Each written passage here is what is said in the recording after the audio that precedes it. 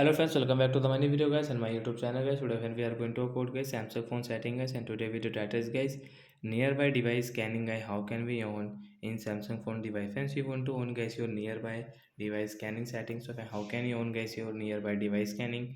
So friends, I will show you. I will tell you guys. So first of all guys, open your phone setting guys. So guys, we will on guys our phone setting guys.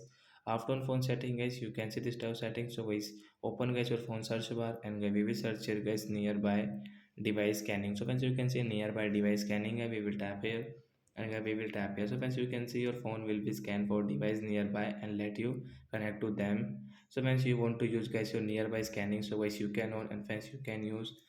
So friends, you can see about nearby device scanning guys, you can guys, you will have to get everything in net guys.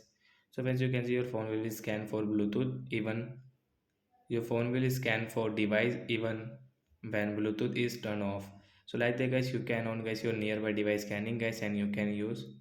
And once you want to off guys, you don't want to use, so you can off also. And guys, you want to use, so you will have to tap here to on. Then guys, your nearby device scanning will on and you can use it. So I want to use, so I will keep it on. So that's it guys, thanks for watching the video. Bye guys.